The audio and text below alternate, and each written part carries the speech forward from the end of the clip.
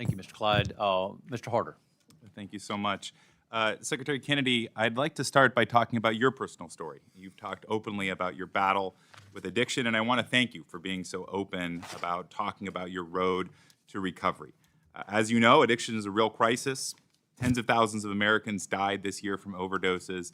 My community knows this all too well, and all of us have been to far too many funerals. So, Secretary Kennedy, I'd like to start by just grounding us in the reality of what treatment like that actually looks like. As I understand it, you were 15 up until when you entered into an inpatient rehab facility. You credit the care you received there as a turning point. Do you have a sense of approximately how much money your family spent on your addiction treatment? Well, I spent the money on my addiction treatment, and at that time, the rehab was probably like $800 a day. I think today they're much higher than that, many of them. Yeah, I think that's right. My understanding is that the private rehab facility, like the one that you went to, would cost in today's dollar for that same treatment over $286,000 out of pocket, just for addiction treatment that I think we can all agree, Republican and Democrat, is absolutely necessary to make sure that we're keeping our communities safe. I bring this up because There are, Congressman, there are many really gold star rehabs that do it for a tiny fraction, like $20,000 to $40,000 a month. there you go. I bring this up because in my community, the average salary is $40,000. So most folks in my community can't even afford $20,000 or $40,000 per month. And most of the folks in our area rely on public clinics that are mostly financed through Medicaid. About half of my district is on Medicaid.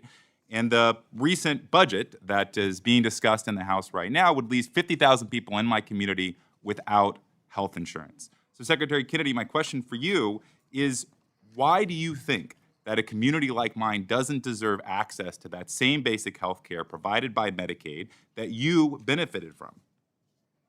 I do believe they are. I do believe, and that is the design of the Medicaid program. So do you disagree with the cuts that are being proposed for Medicaid right now?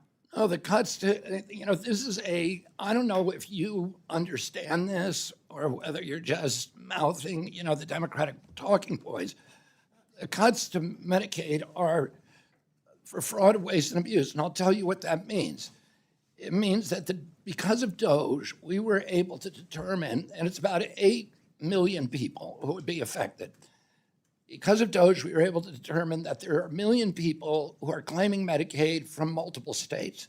That's illegal. It's theft. You're not allowed to do that. There are another 1 million people who are collecting both under Obamacare and Medicaid. Secretary, that has nothing to do with the budget that's These are actually the only being cuts that are proposed being in the made. House. These are the only cuts that are being made to Medicaid. That's not true. Yes, it is. There are another 1 million illegal aliens. We announced a law yesterday, a rule yesterday, we're not going to pay illegal aliens anymore. And guess what Gavin Newsom did this morning? He said we're going to take all the illegal aliens off the California Medicaid rolls because the feds aren't paying for them anymore. So the compassion ends. Secretary, let when me he let had me to write focus the you check. on the actual numbers of the last budget group, that's being the proposed. final Secretary, I regain my time. I think what you are saying is final absolutely inaccurate in terms of the 13 million Americans that will lose access to health care. Let me tell you, the folks in my district are not actually getting Medicaid in another state. They can't travel to get it in another state. The clinics that are providing that life-saving let me care tell you are the last resort for Let me folks in tell our you the area. last category. Last category is adults who are able-bodied, who refuse to look for a job, to volunteer, to get a job, or to show that they are or to take a part-time job. I agree with time. That is those are the absolutely only- not true. The vast majority of folks in a community like mine who are on Medicaid are working. They want to work. People want to be able to make sure that Then they have they're in no danger of losing their Medicaid. That's just not true. We've seen in Yes, it time is. after time, including in Arkansas and Florida and other states, that when you put This is a new more program. red tape, yes, but we've seen this chapter before. When you put more red tape in front of people actually getting that life-saving care, you're going to prevent people from accessing health insurance and being able to go see a doctor. Medicaid is for poor children. It's for for mothers and it's for the disabled. It is. And was- 13 million of those people are going to lose health insurance if this budget becomes law. They're already losing their health insurance because of all the able-bodied people who are not looking for jobs on Medicaid. Secretary, I'll just close by saying this. I hope that you remember the grace that was given to you during your darkest days.